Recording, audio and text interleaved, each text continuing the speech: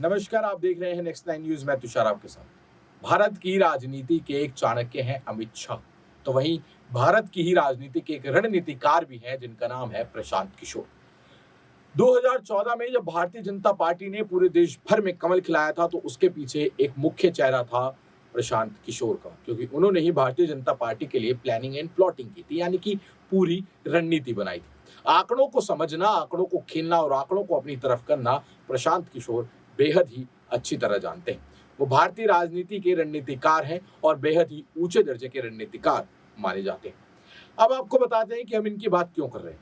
वो इसलिए क्योंकि अब जहां एक और 2024 के लोकसभा चुनाव शुरू होने को है, तो वहीं दूसरी तरफ जो है इसी को लेकर सभी विपक्षी दलों ने 23 जून को पटना में बैठक की है और महागठबंधन बनाने को लेकर बात की।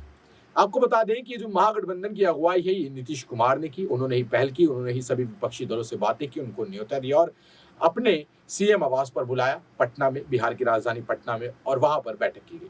इसको देखते हुए प्रशांत किशोर का क्या कहना है? प्रशांत किशोर ने कहा है कि ये जो बैठकें हो रही है, ये जो महागठबंधन की ये बात हो रही है, ये कोई ज्यादा बड़ी बात नहीं, इससे ज्यादा कोई बदलाव नहीं आ सकता है। उन्होंने इस महागठबंधन के पीछे के राज को भी खोला और नीतीश कुमार के बारे में ये कहा कि उन्हें तेजस्वी यादव से कोई लगाव नहीं है, उन्हें आरजेडी से कोई लगाव नहीं है। वो ये कहते भले ही हैं कि 2024 में और 2025 में जब इलेक्शन लड़े जाएंगे विधानसभा के बिहार के अंदर, तब जो मुख्य चेहरा रहेंगे सीएम पद के वो रहेंगे तेजस्वी यादव, लेकिन ऐसा होने नहीं वाला। उन्होंने कहा कि इसके पीछे एक बहुत बड़ी राजनीति है जो नीतीश कुमार खेल रहे हैं और वो सोच समझकर बोलते हैं।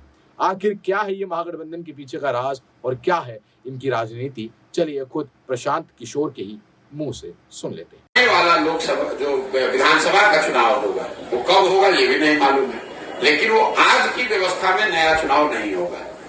और कौन किधर भागेगा वो तो कोई नहीं जानता है, लेकिन आज जो व्यवस्था है जिसमें 7 दल एक ओर है और बीजेपी एक ओर है और कुछ लोग छोटे छोटे फ्लोटर्स इधर उधर घूम रहे हैं जो कहीं नहीं है। अगले विधानसभा से पहले आप देखेंगे इसमें आमूलचूल परिवर्तन आएगा, बड़ा परिवर्तन आएगा, और उसी की छोटी मोटी झांकी आपको दिख रही है। ये तो व्यक्तिगत खींचतान लड़ाई, क्योंकि ये कॉन्ट्रडिक्शन इसमें इतना है। महागठबंधन 2015 में हमने बनवाया है, तो मैं जानता हूं फर्स्ट हैंड कि उसको बनाने में क्या समस्याएं हैं, उसको चलाने में किस तरह की परेशानी आती है, उसको चलाने के लिए किस तरह के समय और एफर्ट की जरूरत है।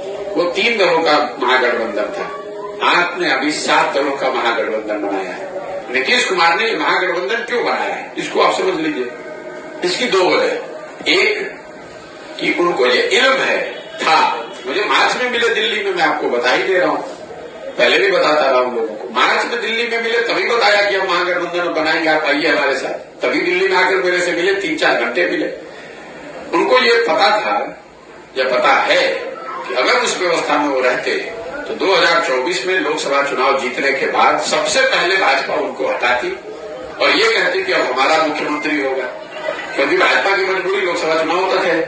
लोकसभा चुनाव में एक बार एमपी जीत कर आ गए तो उसके बाद उनकी सरकार दिल्ली में बन जाएगी, जिनको हटा देता। तो नीतीश कुमार ने उसको प्री एम्प्ट करके महागठबंधन की व्यवस्था बना ली कि कम से कम 25 तक जो सिक्योर हो गया उनकी नजर में।